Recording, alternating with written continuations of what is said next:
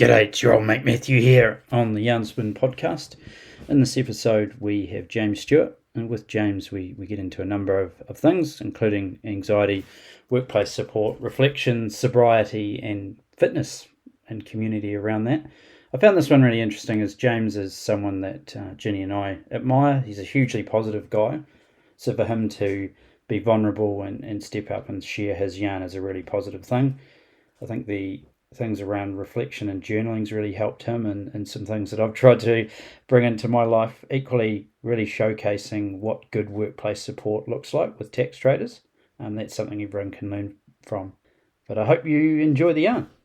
Hello and welcome to the Yarnsman podcast. Today we have a special guest, James Stuart. James, how are you, mate? I'm very well, thank you. Yeah, it's great to be here. Sunny Christchurch, can't complain. In the high-tech podcast studio? Yeah, absolutely. And I think it's going to be in the mid-20s today, which is...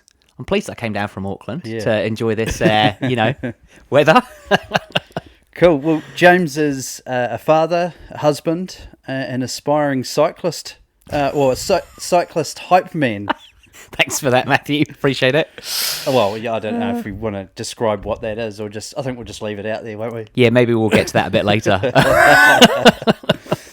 Well, we'll jump into it then. What have you struggled with in the last week? Yeah, so it's been... I was telling you, just earlier that it's been a quite a busy period for me in terms of travel around the country, and also I was over the ditch in Australia last week, and I try quite hard when I travel to make sure that I still exercise, because exercise is quite important to me now, and it's just been a real struggle. So I haven't done as much as I wanted to or probably needed to, and so it started to weigh on my mind a little bit, put it that way. So yeah, but I think I'm turning the corner now, so that's good. Yeah. Good. Well, looking ahead to next week, what's something you want to work on? Yeah, so I suppose probably same vein, it's again, really hard when you're traveling to try and do the things that you would normally do when you're at home. And I kind of I've worked on this for a few years to try and get this balance right. But for me, the focus over the next week is just going to be making sure I do the kind of the core things that keep me sane. So exercise is one of them. So after we wrap up here, I'll be going to the hotel gym and getting a workout in and making sure I'm staying on track. What are the other things that keep you sane? Work in some ways keeps me sane, because I feel like when I can deliver in like a professional sense, then that I've contributing the right amount, I suppose, is important to me. Like feeling like you've done your fair share, and so that's important to me. Eating well is actually really important to me now as well. I mean, I'm not always very good at it, and that's quite hard when you're on the road, but I get a real buzz out. Once I get into it, I get a real buzz out of it. So yeah, that's another thing that probably is important to me. And then I guess finally, like being around the right people. So that's I feed off of people's energy. So yeah, and that could be a challenge when you work in a corporate role. I don't know. Accountants I work with accountants, and they're full of energy. You'd be surprised. Some of them are. Well, one of them lives here. Yeah. And your dear wife is full of energy. Yeah, She's great. So yeah. What are you proud of? I think so. I tend to do a lot of self-reflection, but over the past week, I had an instance where one of our co-CEOs, actually, she reached out to me and she said, "Oh, hey, I've noticed this," and it was meant in a nice way. She was just checking in on something. I can tell you, a year ago, if she'd said the same thing to me, my heart would have dropped. I would have felt sick. I would have thought, this is the end of the world and I'm about to lose my job. And what am I going to do? How am I going to pay the mortgage? And I still had a moment when I saw her message and I was like, oh, shoot, I didn't realize that this was a problem.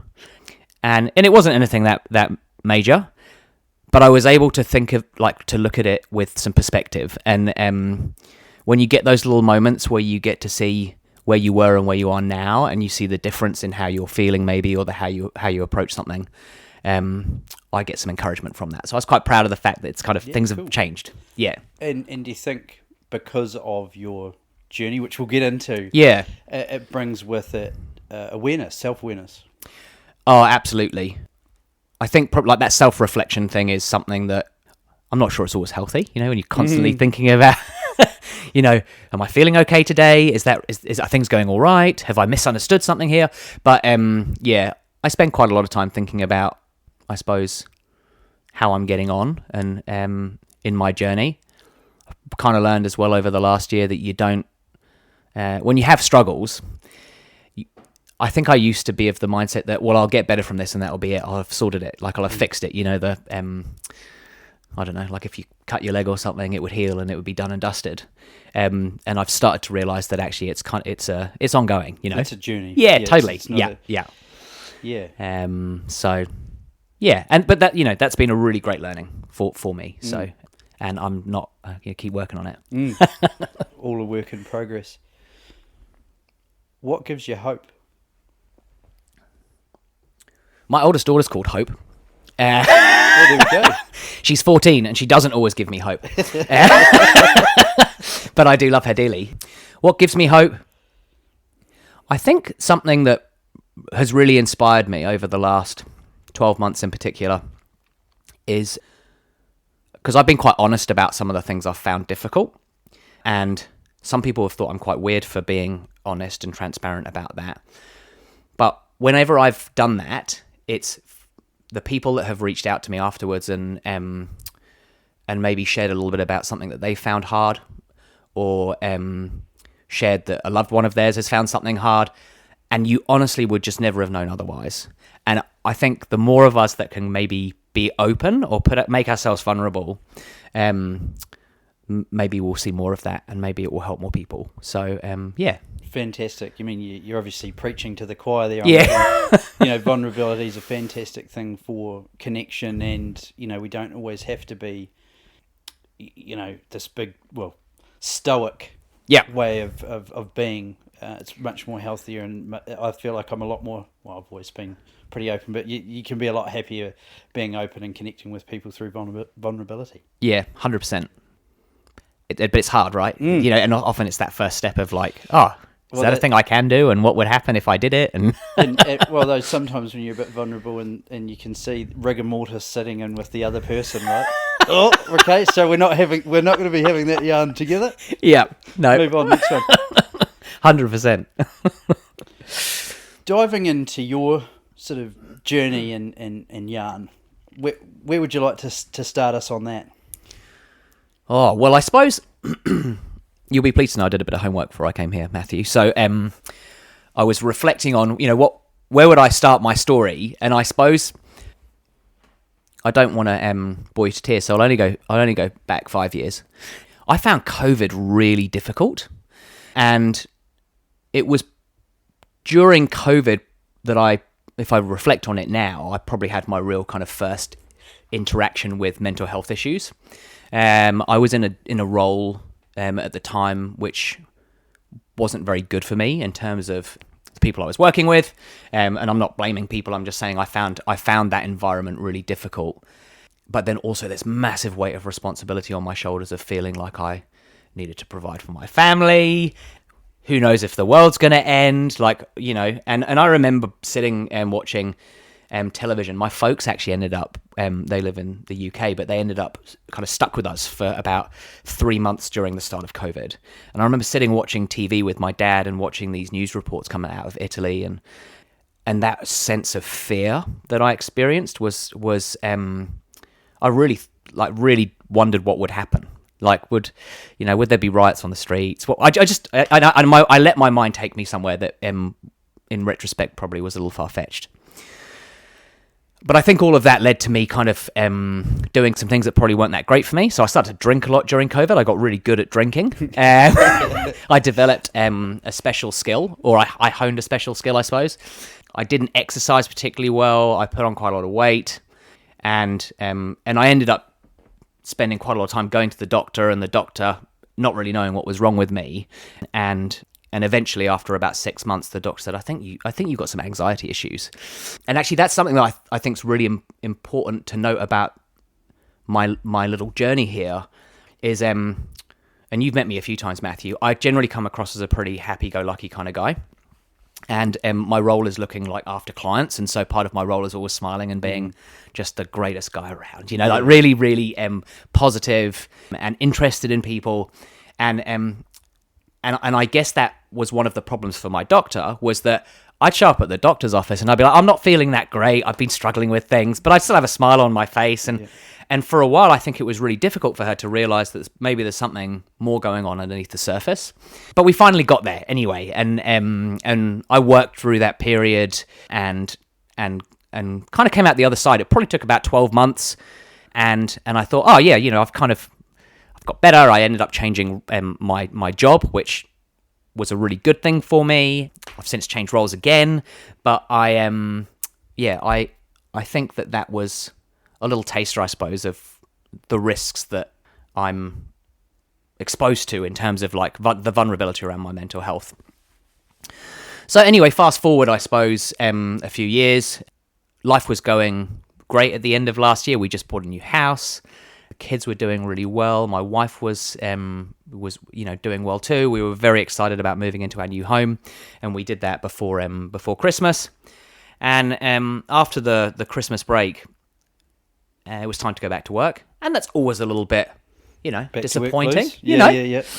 First couple of days, I felt like $1 million. Like I felt on fire, and we moved slightly further away from where from where work is for me, so my commute had grown a little bit, but I just felt like $1 million. And then, kind of out of nowhere, I'm driving to work one day, and I just felt very, very sentimental. Like I felt really sad that I was leaving my wife and kids at home. My wife works from home most of the time, and it was school holidays, so the girls, my children, were all at home, and I just felt really sad. And I was like, this is a bit bloody weird, like what's going on? And anyway, I got to work, and one of the co-founders at Tax Traders where I work, she said to me, "Hey, you all right? Because you just don't seem like your usual self." And I said, "No, I'm not."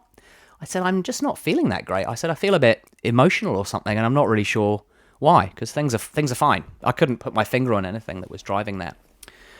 Anyway, she was great. She said, just keep an eye on it, because sometimes these things can grow. And I was like, yeah. And anyway, I kind of tried to soldier on for a few more weeks, but it just got gradually worse every day. And I could sense that, I think maybe I thought it would just it was just a little phase, it would disappear.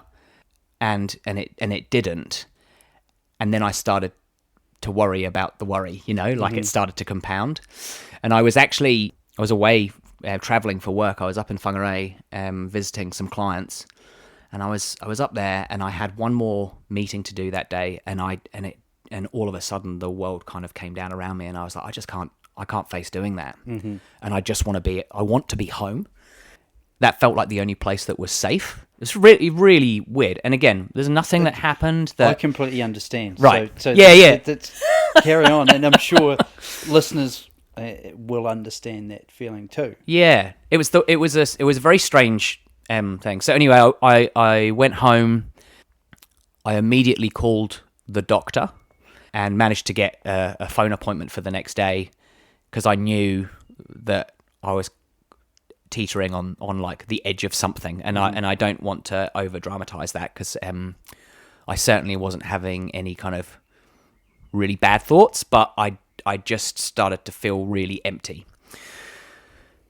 So anyway, spoke to the doctor the next day, told him how I was feeling, and at that point he's like, "I think maybe we should try some medication." And I was like, fantastic, because I've got to a point now where I think I'm not going to be able to help myself. And so, then you have the it's bittersweet, right? Because you're like, okay, maybe this thing will help me. But then you've got this thing of like, oh, but it might take 3 to 4 weeks before it works.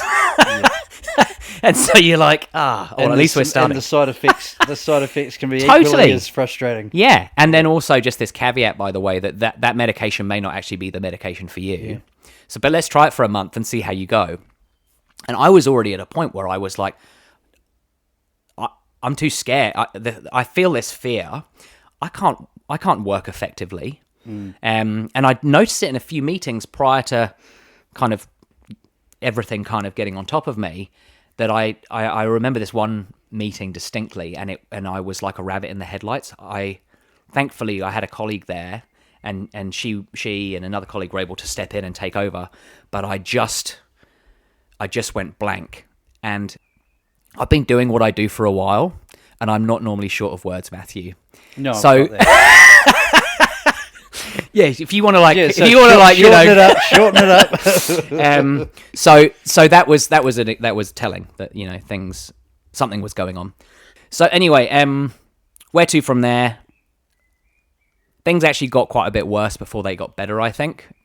I mentioned this in a LinkedIn post not so long ago, but when people talk about not being able to get out of bed in the morning because they're suffering from depression or from anxiety, I never was able to really understand what that meant until that point. Because sure, physically I could get out of bed, I could go and have a shower, but the sense of, I'd wake up and just that sense of foreboding and fear entered my mind immediately, and I was pretty useless, to be honest with you. I spent probably that first 10 days just binge watching TV series. I just didn't want to engage with anyone at all. My poor wife was amazing, gave me all of the space that I needed. Work was amazing, which was one of the biggest release. There's this paradox of, I felt nothing. I felt really empty. I couldn't see joy in anything. I kind of think of it like a black and white photograph. Like everything went black and white. There was no fun or there was no emotion in everything. But at the same time, there was an emotion, which was just, I was petrified.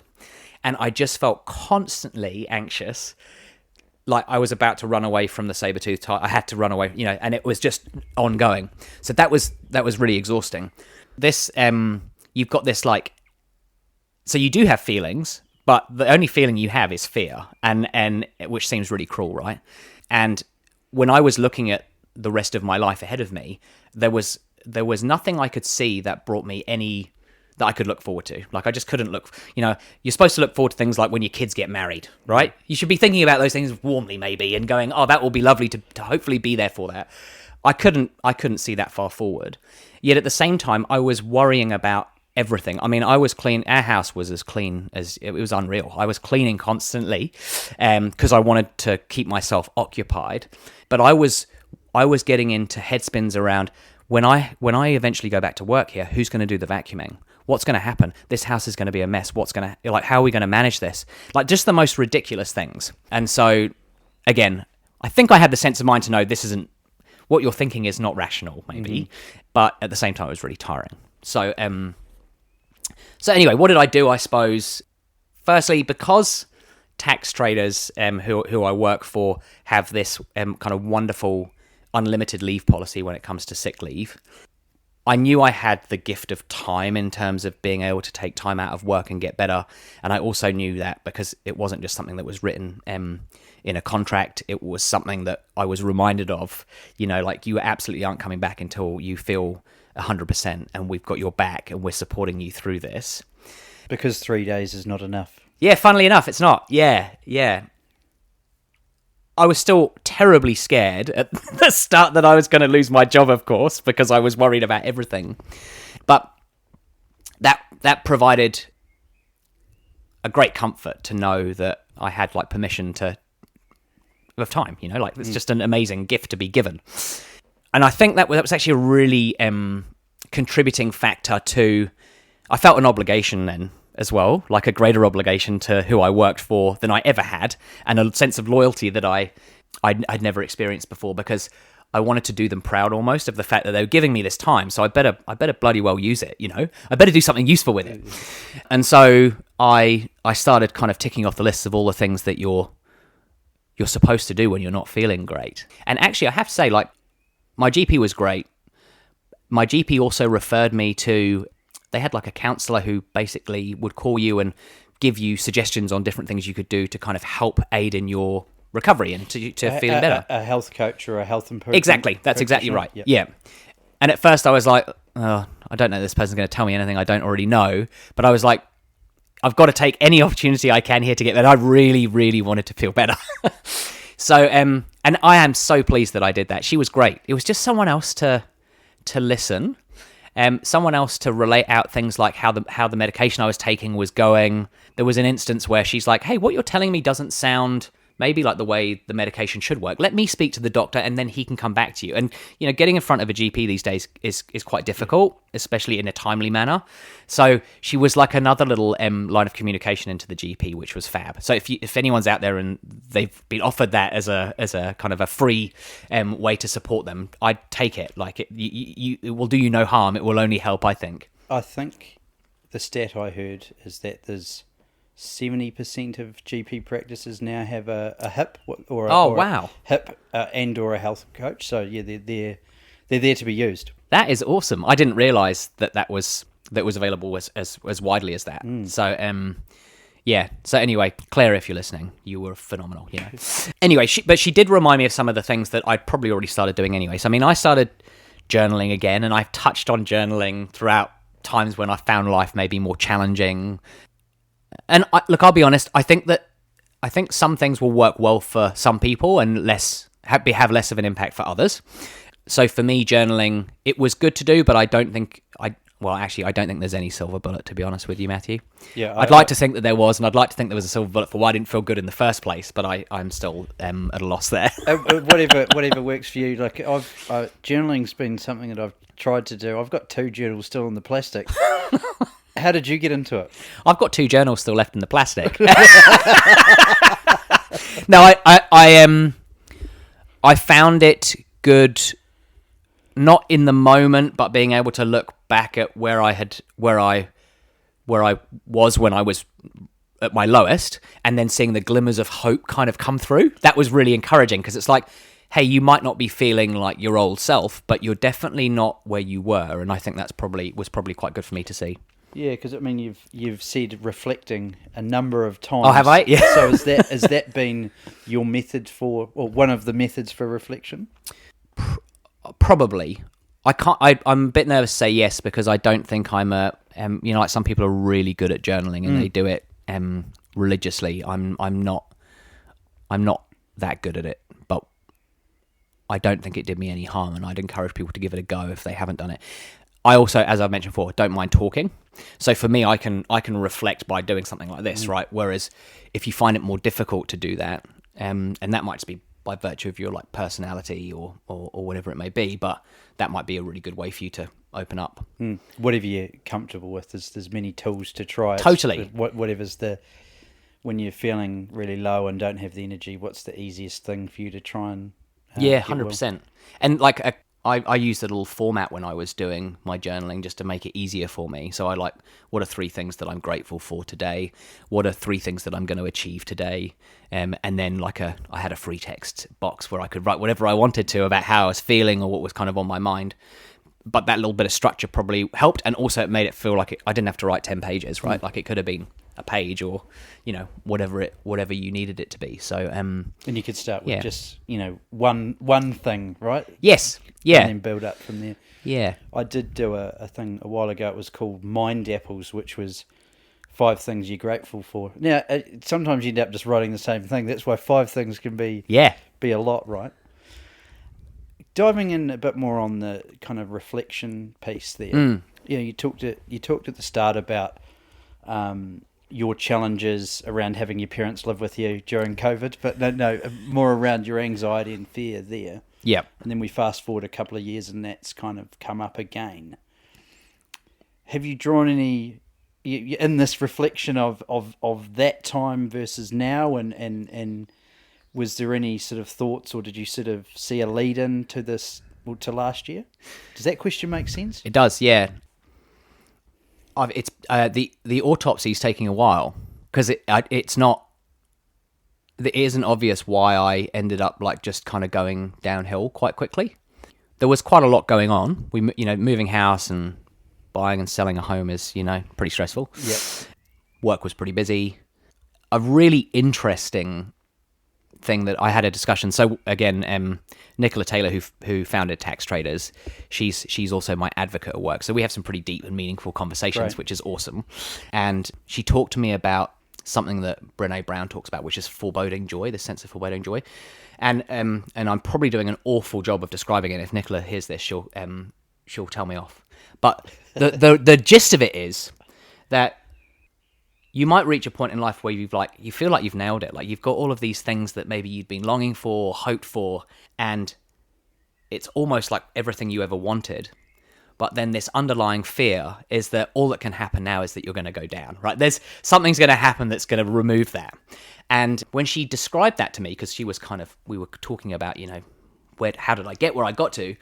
I really could relate, because I felt like as a family, we got the house that we dreamed of. We were living in an area that we loved. My work was great. Like I work for a great company. I'm so lucky. There's the only way is down here. Like it doesn't get better than this. And I wonder if that maybe was at the back of my mind. Like how long can this last? I'm really, really good at putting pressure on myself. And so I think probably a little bit of that. I actually also got COVID around the same time. And I don't know if actually I'd be interested to know, Matthew, if you've heard this, but I was telling someone this last week. It's really cool. I was in Brisbane and I ended up catching up with an old colleague from many years ago. And she had seen my post on LinkedIn and we had a really awesome conversation about her journey, my journey. Right.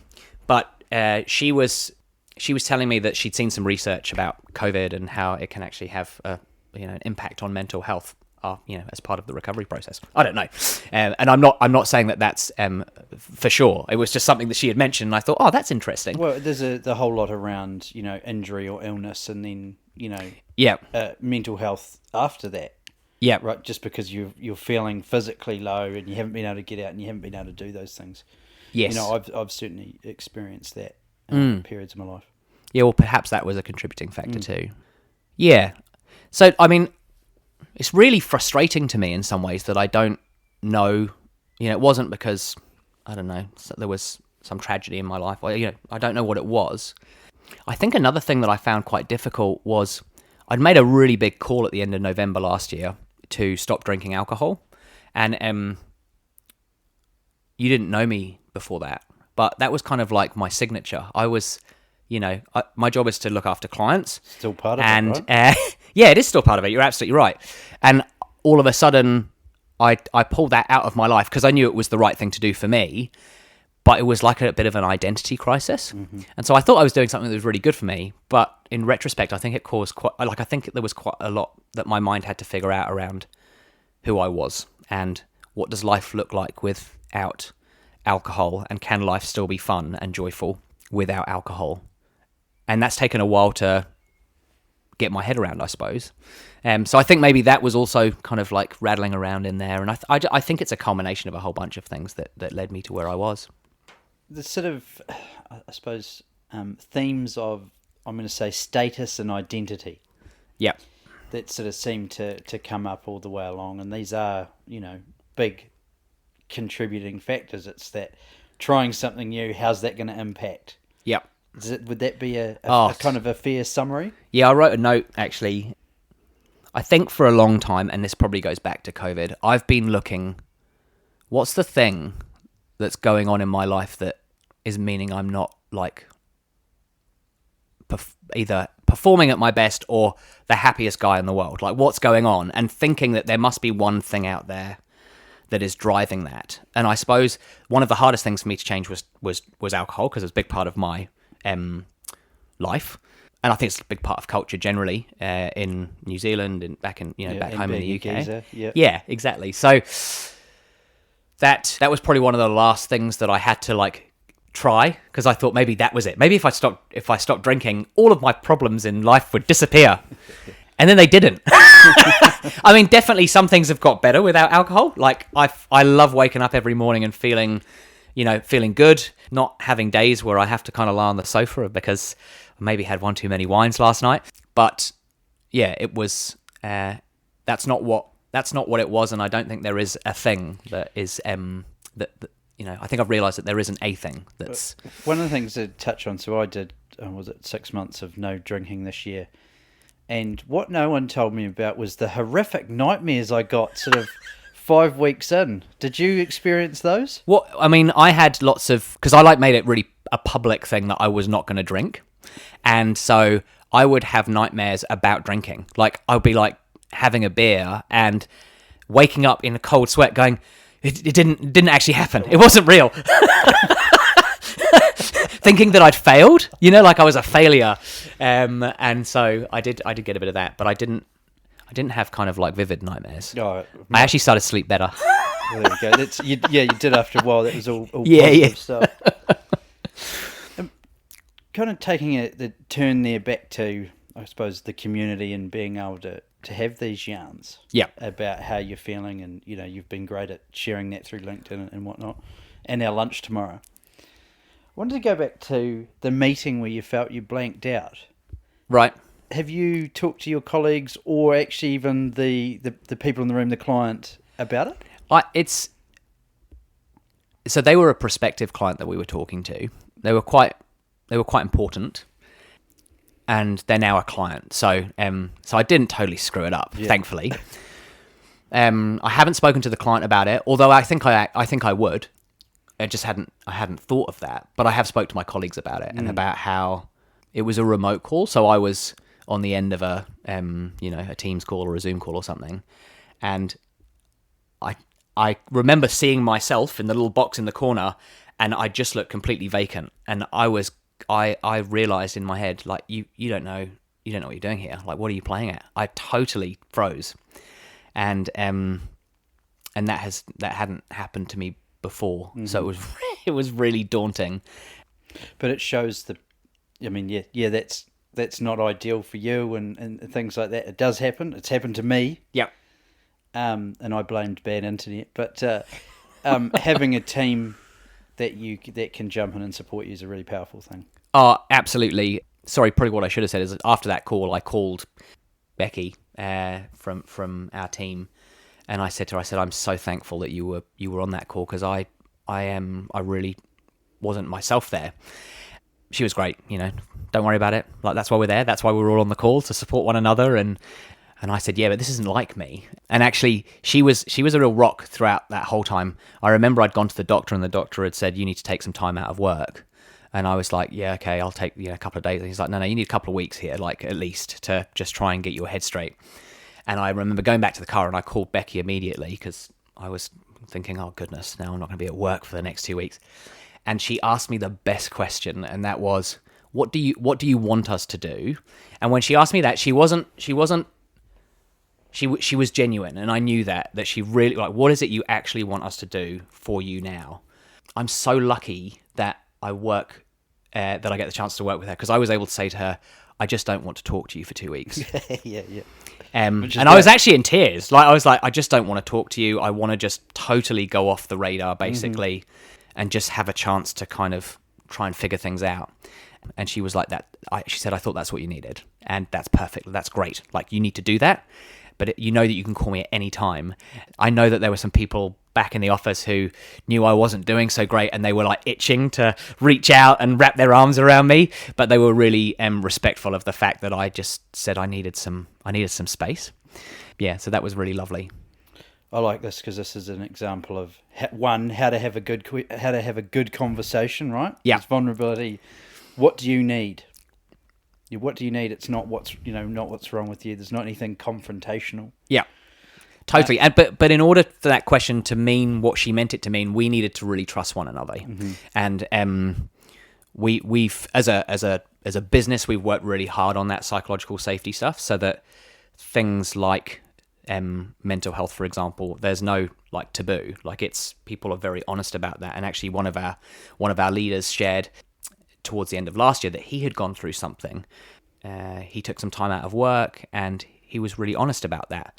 And that kind of gives you permission to do the same, which is really cool. So, yeah. And that's why, of course, Tax Traders haven't sponsored this episode yet, but, they've gone on to win Employer of the Year. Yeah, we just won Best Places to Work in New Zealand, which is a real testament to the kind of culture that Nicola and Josh Taylor have continued to work on. Like, it doesn't happen overnight, right? They've worked solidly, and Nicola in particular, it's cool being part of a founder-led business where culture is like her number one thing. So, yeah. But this is about role models and showing best practice and things. Like, hearing your story, if that had happened in another organisation, it'd be a completely different story. And this is a really special thing and should be talked about. Oh, definitely. Really, when I decided to share some of the things that I'd found hard on LinkedIn, that was a bit nerve-wracking. But I really wanted people to know what a good organization looks like for people who are struggling. And I'll be really honest, like when I had those initial moments of going, it says I've got unlimited leave, but what does that really mean? Tax Traders talks a really good game. You'll have seen some stuff on LinkedIn. Like, we're pretty proud of the things that we do. And you're like, they talk a game, but when the rubber hits the road, are they really going to be there for you? And because I've worked in organizations where maybe you don't get that kind of support, I still had my doubts. And then, man, did they come through for me. That's been a wonderful thing from it, is that I've develop this trust in an employer that I've never had before. Now, that's not to say that Tax Traders let me do whatever I want, but I hold a vast degree of responsibility to the organization as well, because I want it to succeed and do well. So yeah, it's been really cool actually to see that. And so, I mean, it's not just the unlimited sick leave thing is a wonderful thing to have access to, but it's the other bits and pieces that they've put around that. So, all of our therapy that we need or want is completely covered. So it's not just 3 EAP sessions. It's couples therapy as well. So me and my wife, we see a psychologist. That's been a wonderful thing for us and been really helpful to me during the last wee while in particular. We can also get coaching for if you want to be a better parent, or if you're dealing with loss. We've got some people in the team that have shared a bit about losing loved ones, and then having that ability to go and talk to someone has been great. And there's no that financial kind of, or do I do this or don't I do it, and will it really make a difference? It's taken off the table, and you can go and access that help, which is really neat. Back to you and your journey. You've kind of got more into fitness, I suppose, is one of the things you'd say. I'm pleased this is a podcast, so nobody can see me, Matthew. Yeah. Put up a photo, but it's just a headshot. Yeah, that's right. I'll give you my airbrushed one. Yeah. Well, no, we want one with you and Lycra. That's part of my 5-year plan. Yeah. Yeah, in terms of your I suppose your personal journey and tools in the toolkit, is fitness and exercise become a bigger thing for you now? It's probably the biggest thing for me, in that it's kind of like the glue that holds a whole bunch of stuff together, I would say, because the exercise itself is good. It releases endorphins. I actually I had a rough day on Sunday last week. I was just really tired, felt really low. And I hadn't had a day like that for a while, so that was encouraging, because I'm like, I don't have these days that often anymore. So that was good. And I knew, and my wife was really great at helping me get there, because she came along with me, but I knew if I went to the gym, it would help me a little bit. And sure enough, I didn't walk out of the gym feeling like $1 million, but all of a sudden the brain started like triggering little things, and I could, this is good. I've got this coming up this week. I can't wait to see Matthew. I'm looking forward to that. Mm-hmm. So it's really cool when you see how much it can impact your mindset, I suppose. I think the other thing for me is I put on quite a lot of weight over COVID. I put about 20 kgs on over COVID. Losing weight has been really good for my self-esteem, I suppose, like feeling more like I'm kind of owning who I am again. I still look in the mirror and go, you got a bit of work to do, brother, but not as much as I used to. And so I think those things are just really good for your, being proud of where you've got to, knowing you're on a cool trajectory is encouraging, and it's like a virtuous cycle. And that's really powerful. So I think exercise has helped. And then you talked about, what was it? How did you describe me? Cycle hype something or other. Cycle hype man. Yeah, cycle hype man. I got to get the t-shirts printed for that. But I started getting into these group fitness classes at the start of the year. So basically, when I was at my worst, I started going to the gym quite a lot, and I was there at least 2 times a day. Sure. Because it was something that it gave me basically an outlet where I didn't have to think about what was going on in my life at that point in time. And I'm so pleased that I did that. And then I kind of got into group fitness. And from that, you can see the communities that like build around that. And I love it, because they're often not people that you spend, they don't come around to your house every week for a few beers or that kind of stuff. But you see them once a week, and you just know each other from that thing. But there's something that you encourage each other, you support each other. If someone didn't show up and you want to check in on why they weren't there last week. So it's quite a cool tribe to be part of. I quite like talking, and I like doing training as part of my job. And so I was like, shit, maybe I should give this a go and like get on stage and try and become an instructor. So that's been part of my journey in the last few months, is going through this thing of becoming a certified instructor. And I'm not a certified instructor yet, so I can't quite get the t-shirts printed, mate. But that's been cool. Like I've got to a headspace where I'm ready to challenge myself again and do things and put myself outside of comfort zones. So I think that's good. And I kind of view it as it's a vice, but it's like at least a better vice than like, oh, I'll just go down the pub for a few pints. So for me, it's like a healthy one. Yeah. Yeah, so I'm really excited about that. I think that's going to be quite cool, and the opportunity to help others maybe access exercise, realize the benefits of it, will be neat if I get the opportunity to do that. Yeah, it's really cool. What advice would you have for anyone struggling out there or kind of been in a similar place to you? Have your people, I think, is probably the first thing. In January and February, when I wasn't feeling well, my wife was great. She was phenomenal. And I know how hard it must have been for her, because it's not easy living with someone who's not feeling well. Like that's so tough. She was amazing. I had a friend who, he would message me every day, and some days I just wouldn't reply because I didn't have the emotional energy to do so. But he was consistent, and that was, I really appreciated that. Like, I knew he was always there. He's like, can we catch up this weekend for a coffee? And every weekend I was like, I'm just not feeling up to it, mate. I'm not feeling up to it. But he never kind of buggered off. He was persistent, and I really, really valued that. So yeah, that was a really lovely thing to have. My family live on the other side of the world, so that was difficult. But knowing that I had my brother, who's had some similar experiences to me, to kind of relate things out with, was awesome. I'd call him most days and just have 5 minutes with him on the phone. That really helped. But I think just having that little network of people around who I didn't feel, who I could just be me around. There was no obligation in terms of like, oh, I've got to speak a certain way to this person, or if I don't call, then they're going to think badly of me. I could just be myself. That was really, really key. I do think that being open to the idea of medication is a good idea. I don't really have any hang-ups about taking antidepressants. I think they've really helped me. So if you think it could help you, go and speak to your GP and find out, would be another piece of advice. It might not be for you, and that's great. And also, you may find out that what you take doesn't work for you, and that's what happened to me, and that was quite soul-destroying. It's like you've been taking something for a month, and then you have to take another medicine in hope that one works, and it takes a while. But I think that was a really good move for me. Yeah, so those are probably the things. I mean, community is really a key one. I found that interesting because I stopped drinking. My community used to be very much like, hey, who's coming around for a drink this weekend? This is what, and because I'm not drinking, what does community look like? So things like the Les Mills group fitness classes, that's a community that I now have that I love. There's a friend group, I suppose, that has developed where they come around and we hang out and we do things that aren't just drinking, and actually it's fine if they drink, then I'm not going to. Like that's actually, you can do that and it can still be enjoyable. Plus there are some good 0% beers now. There are, and there's some good spirits as well, non-alcoholic spirits that are out there. So yeah, there are good alternatives. But yeah, so those are probably the main things. Actually, yeah, I think that would be it. Yeah.